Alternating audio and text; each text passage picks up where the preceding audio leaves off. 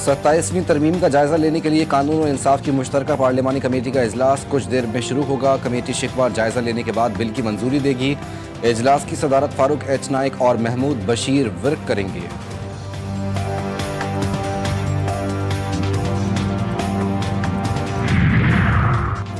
Dengue के 24 घंटों में सिंध से मजीद 999 केसेस रिपोर्ट, कराची के 535 और हैदराबाद के 464 नए केसेस भी शामिल। सूबे भर में रवा माह डेंगू से 6199 अफराद मुतासिर हो चुके। रवा बरस डेंगू से मरने वालों की तादाद 25 हो गई।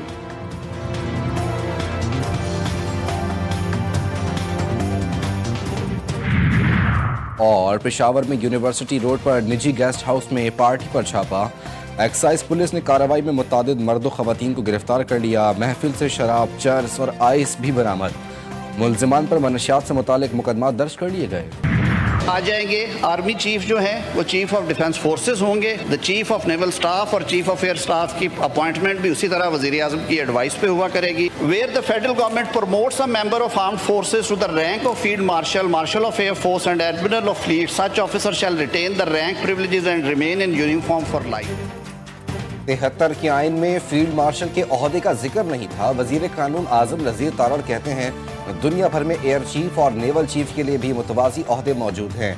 उनका 27वीं तरमीम में जिक्र करना ज़रूरी समझा गया। कौमी हीरोज़ को जो एजाज़ात से नवाजते हैं ये रैंक के साथ अलामती टाइटल भी होता है। तजवीज़ है कि फील्ड मार्शल का टाइटल ताहयात होना चाहिए। उनकी कमांड मौजूद है, वो इसी तरह रेगुलेट होती रहेगी।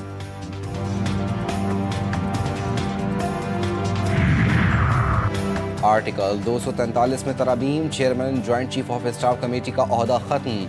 आर्मी चीफ को चीफ ऑफ डिफेंस फोर्सेस का इजाफी ओहदा दिया गया। फील्ड मार्शल को कौमी हीरो का दर्जा देने और ताहयात मराद देने की तजवीज़। 27वीं आईनी तरमीम बिल 2025 का मुसवदा सामने आ गया। 48 आर्टिकल्स में मुख्तलिफ तरामीम शामिल। फेडरल कॉन्स्टिट्यूशंस कोर्ट के क़याम की तजवीज़। सुप्रीम कोर्ट से अलहदा नई विफाकी आइनी अदालत कायम करने की शेक। चीफ जस्टिस विफाकी आइनी अदालत की मुद्दत मुलाजमत 3 साल मुकर्रर। विफाकी आइनी अदालत के जज 68 बरस की उम्र में रिटायर होंगे। आइनी अदालत को विफाक और सूबों के दरमियान तनाज़ात सुनने का इख्तियार होगा। विफाकी आइनी अदालत और सुप्रीम कोर्ट के फैसले एक दूसरे पर लाजिम नहीं होंगे।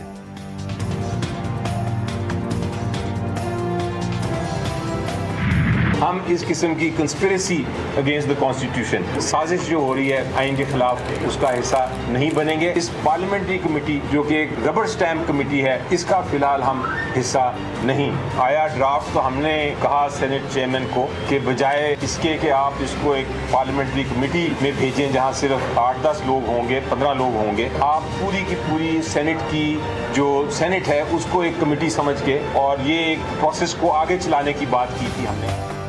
मुजव्वज़ा 27वीं तरमीम मुस्तरद। PTI का कानून और इंसाफ की कायमा कमेटी में भी शिरकत न करने का ऐलान। बैरिस्टर अली जफर ने मीडिया से गुफ्तगू में मौक़िफ़ इख्तियार किया कि हम रबड़ स्टैंप नहीं बल्कि करोड़ों लोगों की नुमाइंदगी कर रहे हैं।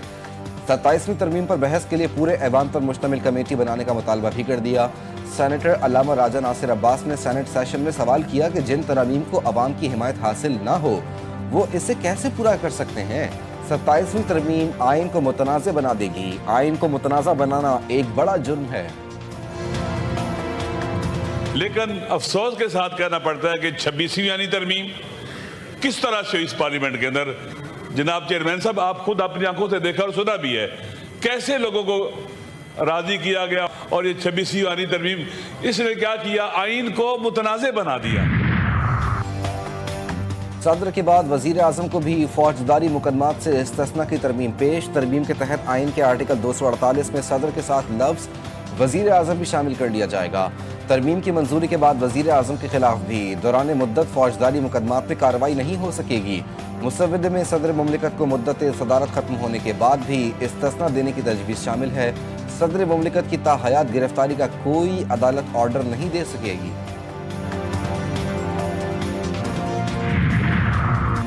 सादर जरदारी और बिलावल भुट्टो से सरबरा JUI मौलाना फजलुर रहमान और वजीर दाखिला मोहसिन नकवी की मुलाकात। कराची के बिलावल हाउस में होने वाली मुलाकात में 27वीं आईनी तरमीम और मुल्क की मजमूई सियासी सूरत हाल पर तबादला ख्याल किया गया। मुलाकात के बाद सदर जरदारी मौलाना और मोहसिन नकवी के साथ शादी की तकरीब में शिरकत के लिए रवाना हो गए। अपोजिशन इत्तेहाद का मुजव्वज़ा 27वीं आईनी तरमीम के खिलाफ मुल्कगीर तहरीक चलाने का ऐलान। सरबरा अपोजिशन इत्तेहाद महमूद खान अचकज़ई के मुताबिक आवाम को कोई तस्लीम नहीं कर रहा, लिहाजा हम आवाम के पास जा रहे हैं। आवाम भी पूछते रहे कि कब तहरीक की इब्तिदा होनी है। जिस तरह ये आइन की बुनियादों को हिला रहे हैं, तहरीक के सिवा कोई चारा नहीं। आज रात 8:30 बजे से हमारी मुल्कगीर तहरीक शुरू हो जाएगी।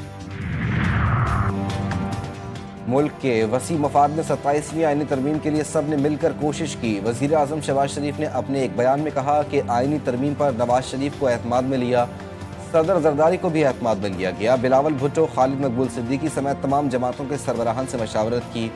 उन्होंने मुसव्वदे की भरपूर तायद की। सियासी और मुआशी इस्तेहकाम की बदौलत मुल्क की समत दुरुस्त हुई। मुल्क की तरक्की और खुशहाली के लिए सबको मिलकर काम करना होगा।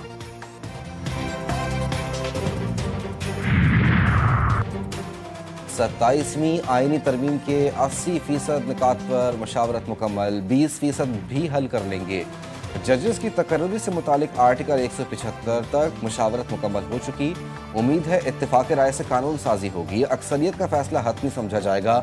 मुश्तरका कायमा कमेटी बराए कानून और इंसाफ के इजलास में चेयरमैन फारूक एच नाइक का कहना था कि पीपल्स पार्टी ने कोई फैसला नहीं किया, कमेटी के अंदर आईनी तरमीम का फैसला होगा।